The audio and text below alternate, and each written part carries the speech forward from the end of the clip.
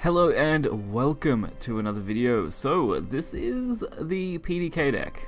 Well, I was a little bit wrong when I mentioned in the other video, but that's fine. This deck is actually still pretty decent for what it is. I was playing with this deck for some fun mainly, and I was looking for a dragon deck that I could cover that I actually have some of the cards for, so this is what ended up being it. We got the 3 Prime Dragon Keeper, of course, because it wouldn't be a Prime Dragon Keeper deck without those, and the Triple Sybil, which is pretty normal. I mean, you can't go wrong with Triple Sybil plays. Everything else is pretty stock standard with just a lot of low drops, Staircase of course so you can guarantee getting Prime Dragon Keeper and other followers, and 1-star Phoenix because that is an absolutely amazing card in this kind of deck, and of course my favourite card, Water of Orcas, because Water of Orcas is just awesome, so why not? So we're going to get right into the video and check it out.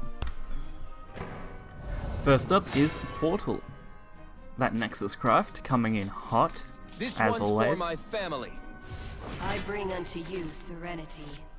So we start off with a decent hand, Staircase and Prime Dragon Keeper in our opener, along with Water of Orcas, which I'm really happy about. Being able to use Water of Orcas on turn 8 basically after the Prime Dragon Keeper play is usually the ideal time, but it can be used earlier if you really want to deal with a board. And Prime Dragon Keeper does fairly well against Portal, as it does ping off pretty much every single artifact that they could possibly have. Other than, of course, the extremely high cost ones, but those don't tend to swarm quite as bad. So, Staircase to Paradise. Get it out early, means I've got it on board, and by the time I'm ready to use my Prime Dragon Keeper, it should be available, especially since I haven't drawn any ramp cards at this point. And having no ramp cards in this game, other than Sybil of course that I've drawn now, makes things a little harder. So I do try to prioritize getting a clear here, being able to just play out stuff that's bigger. Fortunately, Substitution kind of ruins that plan altogether, so I was a little disappointed, especially with Puppet as well. Pretty much ideal way to deal with those cards, especially since I only get the 1 proc off the Staircase there for that, so. Luckily though, we get to follow up with the second, which is good. With a nice Evo, I can quite easily remove the 2-3 or the 2-2 very, very easily. Damn. Both of which is fairly decent play. So Staircase is getting closer and closer to being active. Next turn we actually have our Sybil play, which will be fairly decent, both in the sense that it's going to heal us, and in the sense that we're just going to be able to completely just stomp the following turn with turn 7 Prime Dragon Keeper. It won't be long now. A blue piece at the dance. We get the attack off, which is good. A couple damage to the face, so we finally get the damage started. Now depending on what they do, they're either going to proc my card here, as I expect them to do, or they could have left it available. Either way, I would have got a huge advantage out of it in the coming turns. The dance ends. Alright, perfect. So, a nice amount of cards filling our hand up, Prime Dragon Keeper gets its play off, and we're pretty much set to just go with the 3-drop, which is good. Being able to get the Dragonstraft Blade at this point in the game, fairly decent. Care to touch? So I do prioritize evolving the Prime Dragon Keeper just to avoid any of that shenanigan substitution plays that I really don't want to have to deal with. So that preemptive evolve was probably my best bet at keeping this thing alive. So we see the Hamlin play going to be duplicating something in their deck. Probably that Mecha Wing Swordsman if I had to guess. Yep, I'd say that's exactly what they duplicated. At this point, I don't know if there's anything they can really do that's going to be meaningful. We have 5 damage from our hand here. Well, from our board, sorry. And then a massive amount of damage coming out of the hand. I was thinking of going with Water of Orcas, but I didn't really see the point since I can just play everything I need. And drawing a second Prime Dragon Keeper really helped. The flames are like a god omniscient. I mean, I get the same amount of damage, but the setup for this is going to be absolutely insane. And it means they now have to deal with both Dragon Keepers instead of one. The engine's busted. Care to touch? So we can almost guarantee that next turn, we should win the game.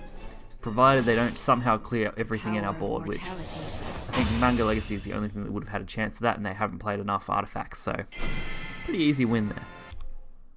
So I do think Magna Legacy would have been the last thing, that they could have won them that last game. Of course, Sword is our next matchup, another really strong deck This one's for my family. in the current meta. I'm sure this will change though. After all, we do have the expansion coming out very soon, or at least the mini expansion is what we should be calling it.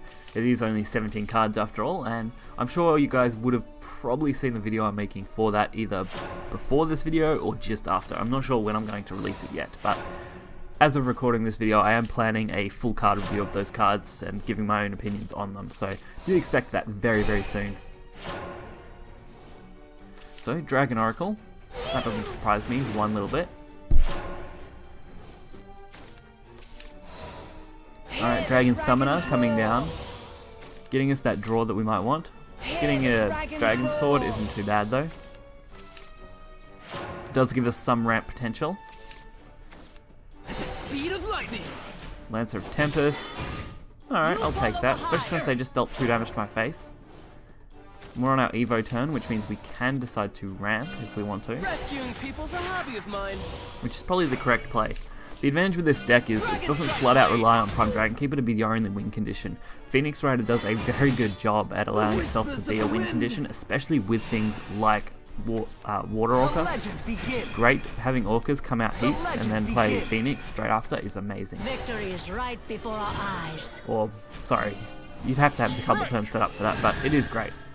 Perseus, not too surprising, not quite enough to get its Evolve effect to go off. That's it for now. Which is good for me. But now I just need a way to deal with all of this as effectively as I can. Be gone. So ramping I thought was a good option. Unfortunately I just don't have the draw yet to get anything decent out of my hand. All I can do is play to the board and hope to win off that. So I do set up the double Fire Lizard.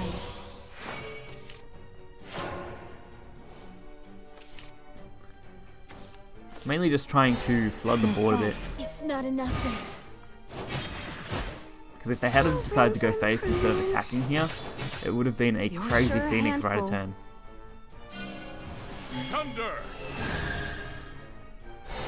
But that Mars is kind of crippling me at this point. I'm not really sure how I want to handle going up against this.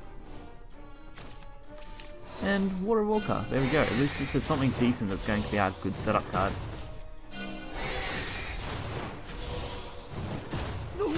Of the wind. So we can go for a full board, or nearly full board, sorry. We now. get 2 Water Orcas out of that turn, just because of how much we played.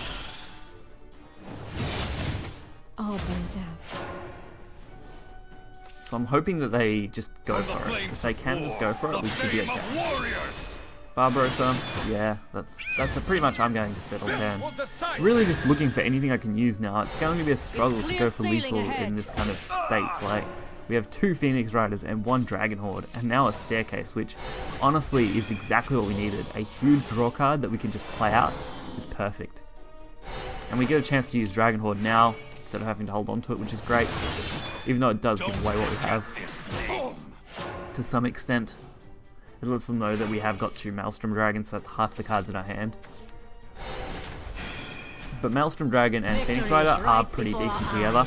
Being able to play double Maelstrom straight into a Phoenix Rider guarantees at least the extra 7 damage that turn, which is great. Not counting anything they might have. So I do get to go for the Prime Dragon Keeper play. And this time, the Water Walker again, just because I can flood the board with it, which is great. And it does guarantee the clear. Care to touch? Plus, the more damage we get to their face, the better our Phoenix Rider is going to be. So even if we do lose this Prime Dragon Keeper, we should still do pretty decently. And only being able to play the Barbarossa does mean that we're in for a really good game. All we need to do is play our Maelstrom Dragon. Or we both Maelstrom Dragons actually, because we can sacrifice 1, so we're not too worried about that anyway. It does give us that just extra 1 damage. But at the same time actually it just removed 1 damage, didn't it? Because we obviously killed off the Barbarossa. But killing off the Barbarossa, still fairly decent, regardless. So I don't know whether we could have went for lethal. I think we probably could have instead, but we won either way. So I hope you guys did enjoy this video. I enjoy playing PDK when I get a chance to play it for some fun, and it's still quite a solid deck regardless of what kind of meta it's in, just because it's such a good card to use. It's only really weak against full-on aggro decks, and that's about all I really found with the deck. So if you did enjoy this video, please hit that like button and subscribe. You can find any kind of video you want on my channel in regards to Shadowverse. We cover a multitude of decks through rotation and unlimited, along with a few other little special things here and there. So be sure to check out the deck list in the description below, and I'll catch you guys next time. See ya.